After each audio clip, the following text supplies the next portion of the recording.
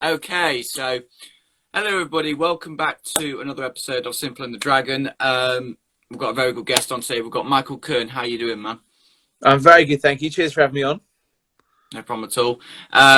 We've got some questions from our stories and stuff that we're going to ask you and stuff, and yeah, just give you your answers whatever you like. So today, because you know Simon, I'm going to let Yep. Simon find the first question at you. Oh, okay. Oh, you put me right into it then. Yep. In deep end, so Yeah, cheers for that, Cal. Thanks for that. Normally, Cal asks a few questions first. Right, I'm going to do an easy one. Mark. How long have you been doing the presenting for? so ironically, I've been rebuilding my website this morning, so I've been all over that. Well, I think it's about 15 years now. So I left college at 18, and I kind of started a few years before that. But I'd obviously growing up, I'd done loads of bits and pieces. But yeah, straight out of college at 18 and jumped straight in the deep end. I didn't do university, so did a year on the cruise ships when I was 19, and then just left that at 2021 and got straight into the world of television back on the mainland. So yes, it's been a while now, and you kind of look back and want to put a number on it. Yes, 15 years. That's decent. So, what sort of got you involved in it? I mean, what was your first break and all the rest of it? Because it's not Yeah. easy, is it? No, it's not. I think, like a lot of youngsters, I want to be a footballer. And then you get to a point where you realise you're not going to play for England as much as you kind of think you are. And you're not going to play for the team you support because they're in the Premier League. And you have that realisation of, look, I'm not good enough to be a professional. Could I have got a little bit higher and played like conference? Who knows? You never know. But it was one of those where, okay, well, I'm not going to reach the top. How else can I get there? And obviously at college, I've been doing college radio and been on the stage and doing loads of stuff ever since I was a kid anyway. I was that annoying kid that would do a little bit of everything and wouldn't really say no to an opportunity. So did a bit of college radio, really enjoyed it. Left college, went straight into local radio doing some work experience. And the guy whose breakfast show I went and did the work experience on was a guy called Tommy Boyd. He used to host Magpie in the 80s and bits and pieces. Really nice guy. And he said, look, what do you want to do? Who do you want to interview? And I ended up with my own feature on the show within about 4 weeks. And then somehow blagged an interview with Gordon Strachan at his house, which was really bizarre. And then I just caught the bug and I just went on this crazy journey and just kept knocking on doors, giving my time for free to host things. And I guess the first big break came in 2013. I hosted the Polo on Sky Sports. Was doing some stuff for England hockey at Wembley Arena. The camera crew said, what do you know about polo at the end of the day? And I said, well, yeah, I know a little bit, and just blagged it a little bit. And yeah, 2 weeks later, I was at the O2 Arena hosting the polo, and I knew what a chucker was, and I made sure I learned everything I needed to know to be there. And yeah, and then that opened the doors for the Premier League and everything that then followed after that. So that was the big first TV break, but there was lots of work before that, doing live events and bits and pieces, and it all, it's like any industry, you've got to get that experience under your belt. Yeah, no, definitely. And it is about doing your homework, isn't it? I mean, there's nothing worse than you're sort of presenting something and they do something and you haven't got a clue what it's called. Yeah, exactly. And you know what? And it's really frustrating because you see it a lot these days. You just get people on TV shows, especially like the goal scoring shows. Oh, somebody scored a goal.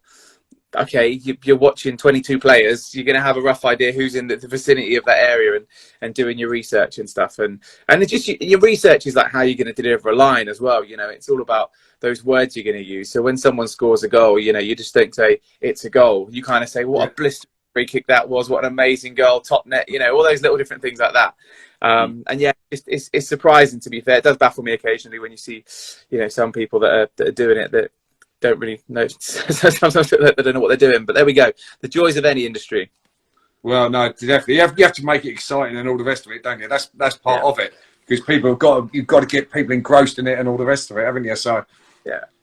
Yeah, and the thing is, well, I always think those shows where you're reporting on things live, it can be difficult if there's a melee in the box.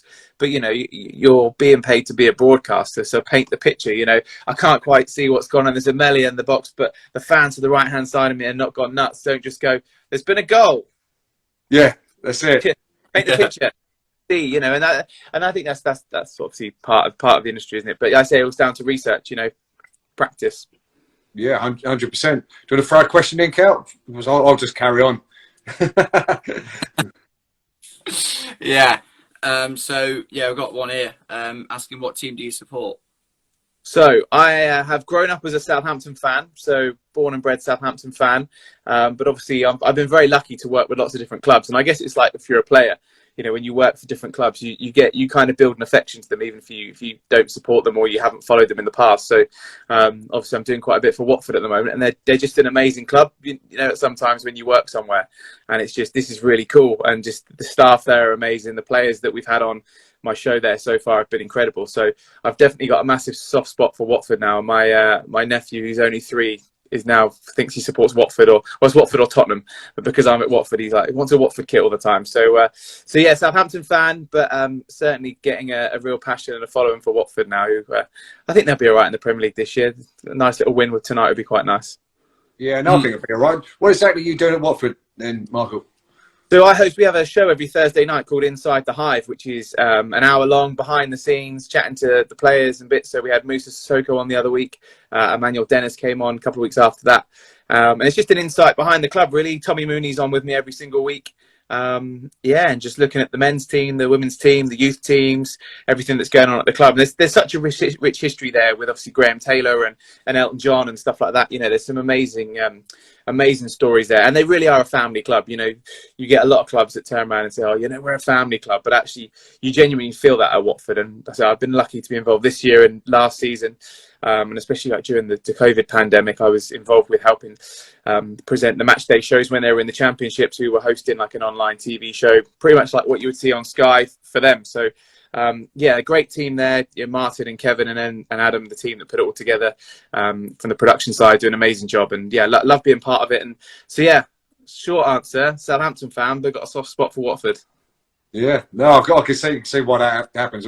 My mum supports Southampton, and my granddad was a complete fanatic, like Southampton supporter. So I've got a little sort of close, soft spot for them as well, to be honest. So yeah. Yeah, I had the privilege the other I think it was last month now when I met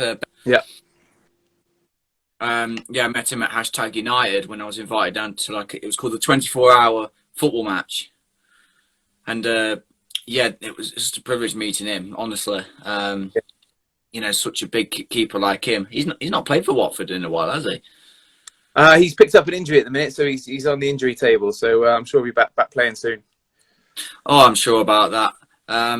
But we'll just see what happens later, won't we? You're watching the game, aren't you, tonight? Yeah, of course. Yeah, no, I'll be watching it tonight. So there's some really good players at Watford at the minute. Like the attacking line's really, really good. Emmanuel Dennis up top. Josh King has been amazing. He had a difficult season last year at Everton, didn't really kind of get the game time and kind of really hit the ground running, which has been really nice to see. And the kind of first few games didn't necessarily find the back of the net, but was really being a team player and getting the assists. I think his first kind of 3-4 games, he got 3 assists, which was amazing. And then obviously with Emmanuel, who's doing amazing, or Dennis as he likes to be called. We did a show the other week, and the media team were like, "Why are you calling him Dennis?" Wait, what? Everyone calls him Dennis apparently. So we felt privileged. He said, "Call me Dennis," but I think he's got 6 assists, 6 goals already. His stats are fire. So, they've got a good little squad down there, and so they're all really nice people as well. Like you mentioned, Ben and Musa Sissoko, just proper club captain. He's a really, really nice guy. What's your prediction tonight then, Michael? Tough, isn't it? It's always tough. Watford have been off the back of a real tough run of games. Obviously, playing against Man City, obviously getting the points against United were really, really good as well. Burnley are tough to play against. They're down there as well, so they're obviously going to be defensive as well. But I guess it's just taking those chances when you play against a team, like a Man City and Brentford, I guess to an extent as well. We should have done a little bit better against them. But when you play against a team that is expansive and wants to play football, there are gaps. Obviously they're going to attack you. But when you play against a Burnley that will pretty much just whack 11 players behind the ball, hit the counter attack, look at those set pieces. You've got to try and unlock that. So, I think Watford have definitely got the players to do that tonight. So fingers crossed 3 points, because that'll make the show tomorrow night a little bit easier and a bit more fun if we've off the back of a win. Yeah, no, definitely. Well, it makes all the difference, doesn't it? You don't want to be talking about negative stuff, do you? So, exactly. It's important to start picking those points up around Christmas now. If you can kind of, the games come thick and fast, and if you can get on a winning momentum, that kind of just really helps. If you're struggling, and you're just kind of grinding draws out or not picking up the points. For any team, it's tough, and I think it's going to be difficult with everything else that's going on as well at the minute. So, we'll see what happens. Yeah. Yeah. So you say so have you got a favourite player at Southampton? Oh, tough question. So, favourite player at Southampton. So, at the moment, obviously, look, James Ward-Prowse is kind of come through the academy and has been a great player like that, great at free kicks and bits and pieces like that. Romeu, big fan of him. I think he's incredibly underrated. You know, he's kind of, I always kind of think you have those players in your side that are a bit like a workhorse. So you know, Liverpool used to have players like Xavi Alonso and stuff like that. Wouldn't necessarily get the plaudits, but when you need someone to stick a tackle in and get stuck in, Romeo is definitely one of them. So yeah, maybe let's go for him as a little bit of as one of those kind of underrated players that are a massive part of the cog of the wheel of the team. Yeah, every team needs one of them, don't they? Definitely. Yeah, Yeah. absolutely. Yeah. I mean, it's unbelievable. You know, with Southampton, that you know they have a good patch and they just go on this bad run, don't they? Yeah, it's Yeah. been fascinating over the years. To be fair, it always seems like we go in like this weird like up and down of you know we'll get a really decent manager, a great crop of players, and then we just can't keep hold of them, and you know, and then they go, and I totally get that Southampton, they're a mid-table club, right? You know, that they're not competing for Europe, they're not doing what West Ham are trying to do, you know, and their business model is get a player in and sell him for more money. So I get that. But I guess it's just frustrating when you go back a few years to when Ronald Koeman was in charge and Pochettino and I guess to an extent when Ralph first took over, you know, we were actually playing some decent stuff and you think, here we go, our chance to not cement ourselves as, you know, this new challenging for top four, because that's impossible, I think, at the Premier League these days. But at least a team that's going to push for 7th and 8th and push for the FA Cup a bit more. But you know, us fans, I think we always want to win, don't we? And I think obviously there's not that many spoils to share around. Yeah, that's it, isn't it? You got one side. Yeah, no, I was just saying, you know, I'm going to go back to the presenting again. Is it mainly football, or did you do a lot of other sports as well? Because I know you know it's sports presenter, you're not just football presenter, aren't you? So. Yeah, no. So obviously, football's been a bit of a mainstay, and obviously for my passion of that. But yeah, hockey's been a big part of everything when I first started, and I still do lots of bits for England hockey, which is amazing. And you know, through them, I ended up doing the Hockey World Cup a few years ago, and been out to India to do some stuff for hockey. Cricket, I do loads for Hampshire. Did the Cricket World Cup 2019 as well, which was wicked.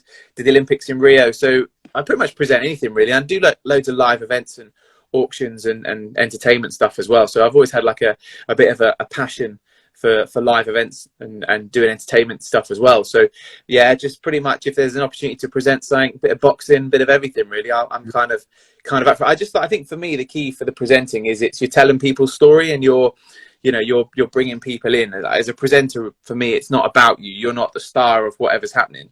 You're that glue that pulls it together. So whoever your guest is, you know, I grew up watching reruns of like stuff with Sir David Frost and Bruce Forsyth and all those guys, and they had the art of presenting. You know, they spoke to their guests and they kind of, it was part of that entertainment was who you were speaking to. So yeah, no, those kind of people like the icons that I used to watch really. So okay, brilliant. So right, okay, so I'm going to ask you the best moment you've had in presenting, and then I'm going to ask you the funniest moment as well. So you've got a couple of stories first, Michael. So best moment, I would say one of like the coolest moments I had was after the Hockey World Cup, because that was like a full-on month, lots of games, very long days, and when it kind of finished, you just kind of stood in the stadium, and it was amazing because it was a venue that England hockey had played out for quite a while. But all of a sudden it got turned into this massive 15,000 seat stadium with like this massive stand. And a few of us just stood on the pitch at the end and we thought, this is pretty cool. We've kind of gone from PA speakers in a sports hall with England hockey to a 15,000 seater stadium and a World Cup on home soil. So I think that would be one of my favourite moments as a presenter. So that was really cool. Funniest moment I think is also in hockey, and we were presenting. It was just before the Commonwealth Games in Glasgow, so it had been about 2015, I think. And there at the time there was rumours that potentially Ireland were going to be invited to participate in the games. There was something happening anyway. So I spoke to the media team and I said, look, are Ireland, what's happening? Because I know there was a conversation that they might be participating, they might not, what's going on? And basically they said, everyone here at this competition is going to be going to the Commonwealth Games. And I thought, okay, like you're the media team, I trust you on this, like you're telling me the inside anyway. So I'm interviewing one of the Irish players at full time saying, so, you know, what's next for you? Looking forward to Glasgow? And they went, we're not going. So I had a stadium of like 6,000 people at that point who just broke into hysterics. And I've just turned around and go, that's the last time I listened to the media team then. So we kind of styled it out quite well. But again, it's presenting, is it? We all do mistakes and bits and pieces and have a bit of a laugh. But yeah, no, I think that was one of the funniest. We got in front of 6,000 people. Yeah, a bit of fun. You couldn't go, cut, can we re-record that? It was like, 6,000 people all heard that, and luckily it was before I think everyone had all the like recording stuff and broadcasting it live on their phones. So hopefully there's no video evidence of it anywhere. Yeah, that's it. Yeah, but that's the thing with it. What you do, isn't it? It's live. You can't go back.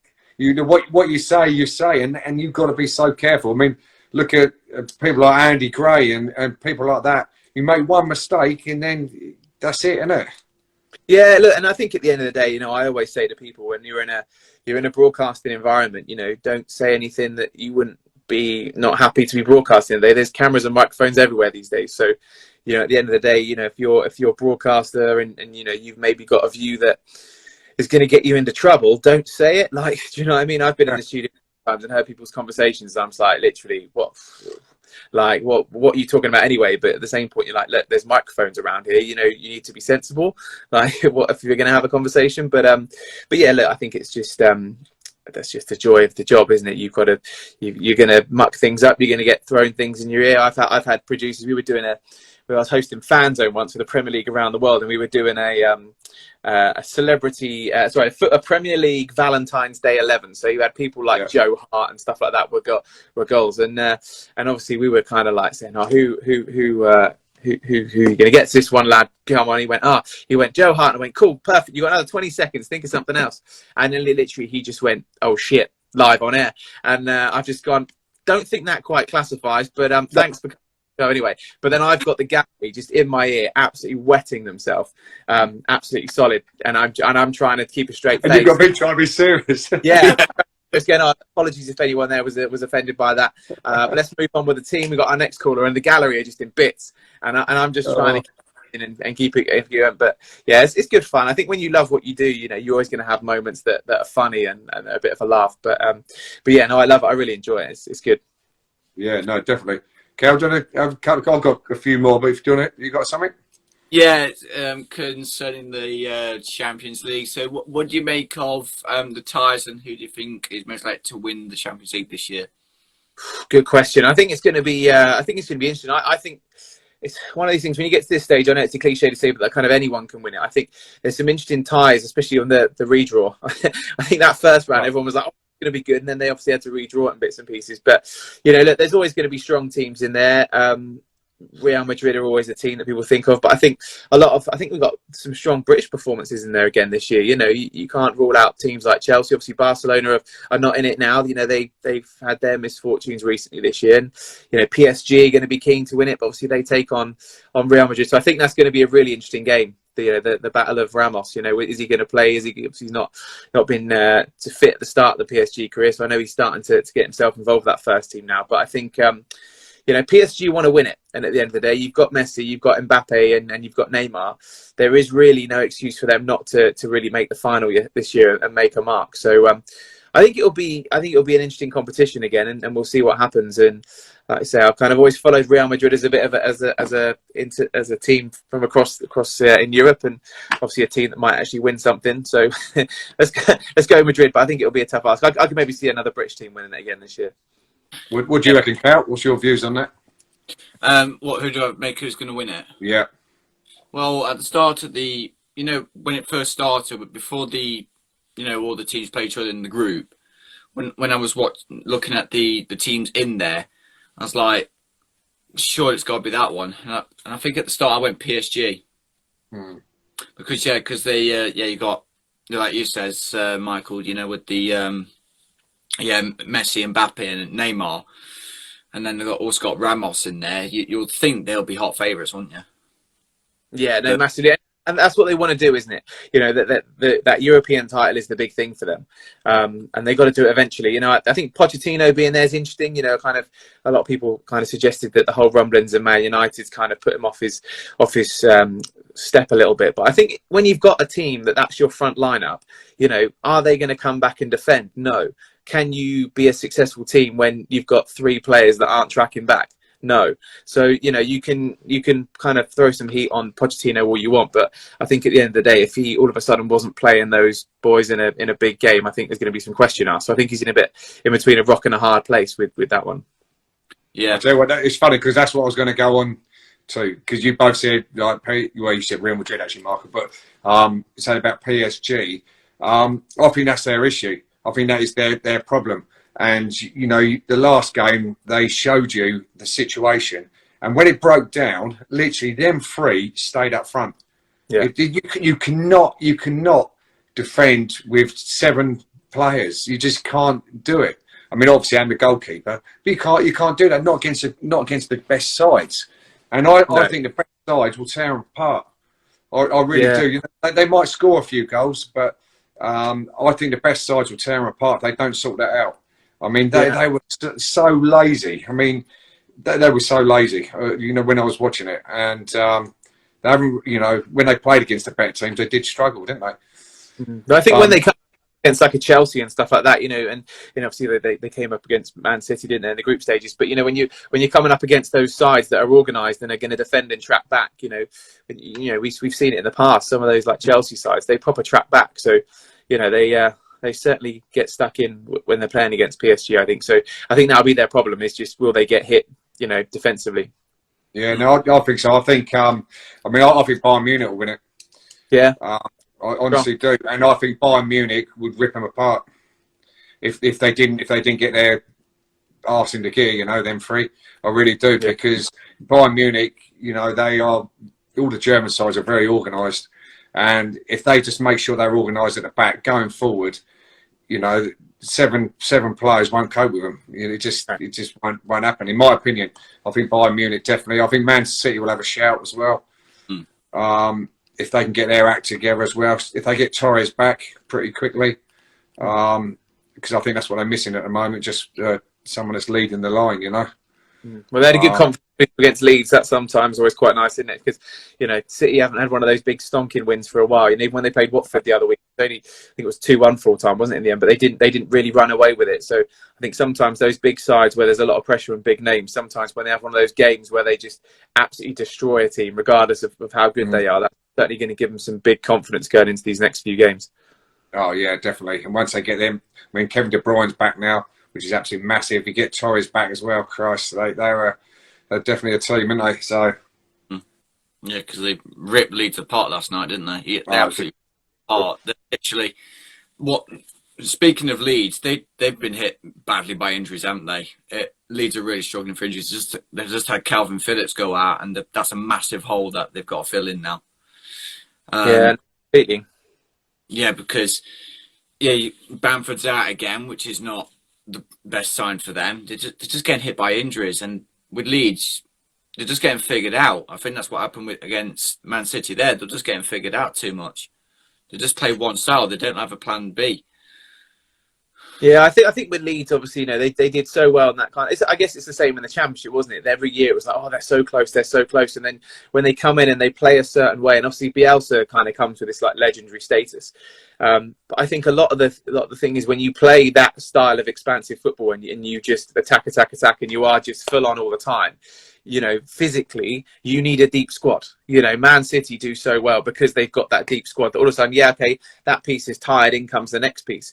And, you see it right the way down the league, even from like a Southampton. They want to play this expansive attacking football, but you can't keep up. Brentford, they want to do the same thing. They want to play football. And the problem is when you're not a massive squad, all of a sudden, like you say, a Bamford can't play or a Calvin Phillips is out.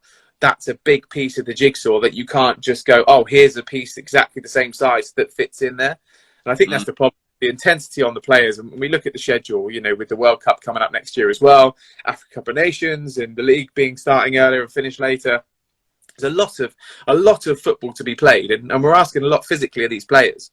So I think that's a big problem with teams when you kind of get in that mid to bottom half of the Premier League, is that fans want to see exciting, expansive football, but you need a big squad to play that, to kind of, for the players' well-being and welfare, to not pick up injuries and keep fit. It's sort of that middle ground, isn't it? Because Norwich, beginning of the season, they thought, right, okay, we're not gonna go and attack, we're not gonna go and press, we're just gonna sit back, and they got stuffed every single week. So it's trying to get that middle ground, and it's not easy. And I just think, they say about Bielsa, he's a fantastic tactician and all the rest of it. I'm not too sure.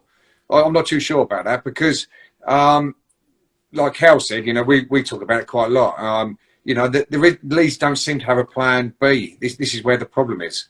At half time yesterday against City, you'd have thought he'd have changed things around and and try to keep the score down a little bit so it's not a stuffing, so it doesn't knock the confidence.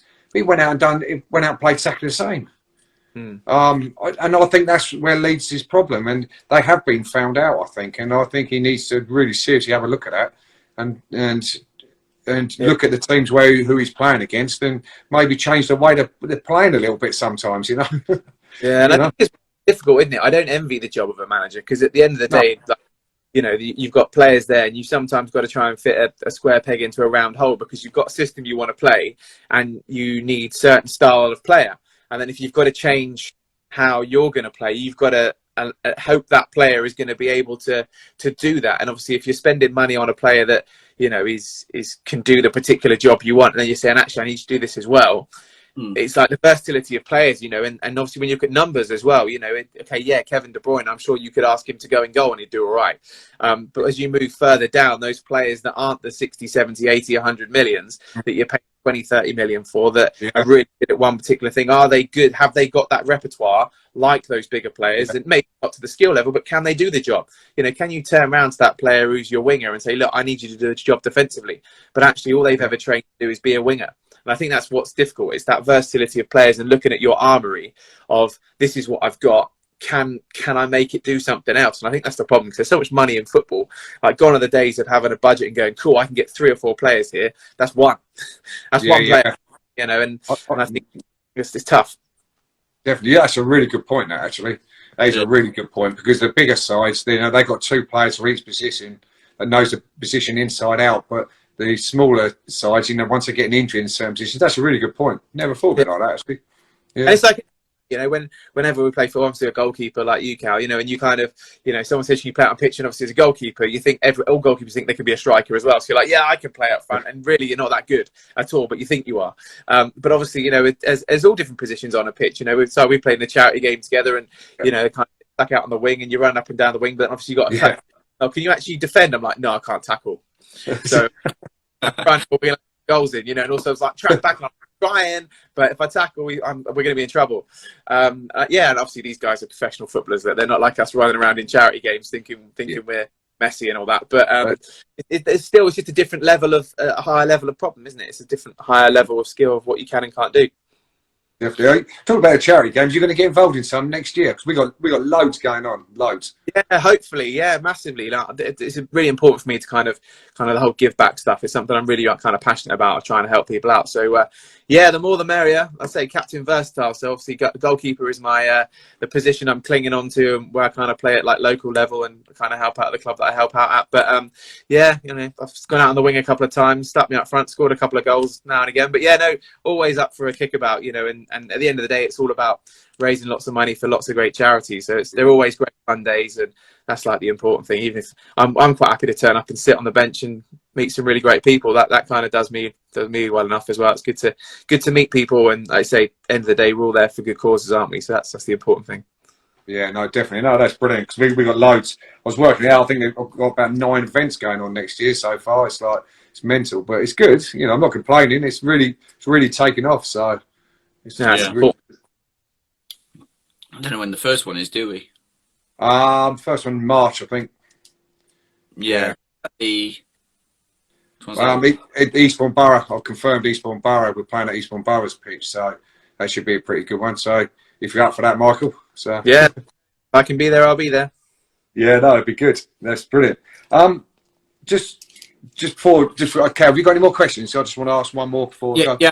But I'll let you do it first. Okay, yeah, no. All it really is, is what you're looking to do next. What's your aim in all of this and all the rest of it? So, Yeah, man. So yeah, it's busy. Obviously, the presenting stuff's been a bit weird in lockdown. Obviously, lots of different companies have cut certain elements of their broadcasting, which is like lots of businesses have had to do that. They've had to kind of cut their cloth accordingly. But I'm never one to sit still. So loving doing the Watford show and building a great relationship with everyone at Watford. So fingers crossed, long may that continue. Busy working on my motivational stuff. So I've got a thing called Desire, Dream, Vision, which is basically inspiring people to be the best they can be and kind of offer that accountability. So I'm going to do some mentoring stuff next year. The biggest thing I found from like 18 to 30, especially when you're trying to get into the entertainment industry or you're setting up your own business, it's that accountability, having someone that isn't your mate that can go, actually, yeah, what are you doing this week? Have you done it? Why didn't you do it? If not, why not? So, and I've had business coaches before and they're like hundreds and hundreds of pounds a month. So I'm just working on this new project called DDV Evolution, which is basically making it affordable for 18 to 30-year-olds to get some mentoring and some accountability. So trying to make it as affordable as possible. We're going to be launching it in January. And basically I'll personally going to mentor 20 people next year, and just kind of once a month we'll have a Zoom call. What do you need to achieve, right? What's your objectives for that? How are you going to do it? What's your strategy? What are your tactics? And just be that check-in for people. And if I can help open some doors for them through my contacts book as well, that's the plan. But yeah, big thing for me has always been about give back. And, I get a lot of pleasure and reward from helping people get to the next level. So that's thing for me next year. So yeah. Where would they be able to find all that, Michael? So just on my social media at Michael Kurn, I'll be plastering it all over that when we get going. The website's nearly finished and just a few more little bits in there. So just on social media at Michael Kurn, and then hopefully in the next kind of couple of weeks we'll start sharing everything with everyone. Brilliant. Sounds good. Look forward to that then. Seeing what's going on. Yeah, should be good fun. You seem excited. Pardon? You seem excited. Yeah, definitely. Yeah, I love all stuff like that. It's brilliant. Obviously, because I've been a football manager, and that's the same sort of thing. When you're in a changing room, you've got to motivate people. You've got to get people going. You've got to like fill their heads with loads of confidence. You basically got to brainwash people. That's what you got to do. I know it sounds bad. That sounds a bad word, brainwashing, but it is. It's making people think that they're good at what they're doing, and I tell you what, and they'll start to achieve if you can get that into their heads. That's for sure. So yeah, I love all that. I'm going to be keeping on it. Yeah, there was a piece of work done by the Prince's Trust that basically said 16 to 30-year-olds, their motivation and ambition and bits to succeed just been kicked in lockdown over the last 18 months, 2 years. So yeah, if I can kind of just help someone get back on track, or if they've got a business idea, like, cool, they didn't know where to start, they've got a wicked idea, but like, cool, right, let's like really break it down. What do you want to achieve? How are you going to get there?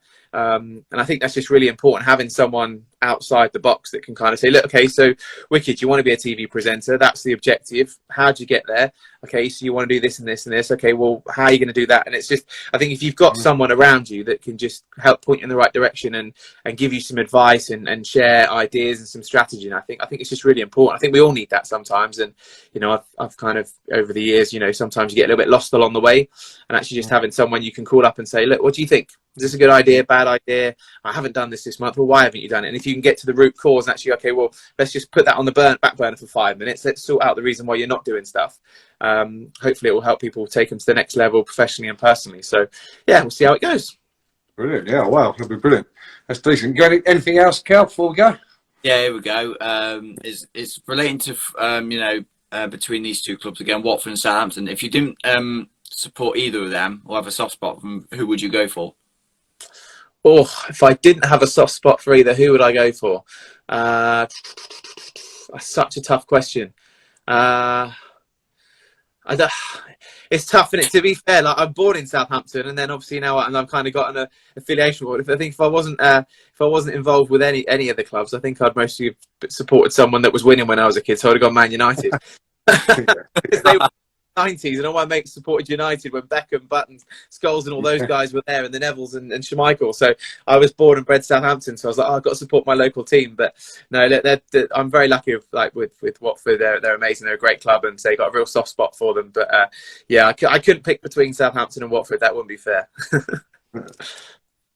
Brilliant.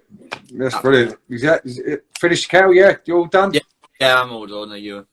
Yeah, no, definitely. Brilliant. It's been great. Awesome. It's been lovely listening to you. I love you. It's just your enthusiasm. I love it, and that's what it's about, And you come across like that, and your presenting's always like that, it's brilliant.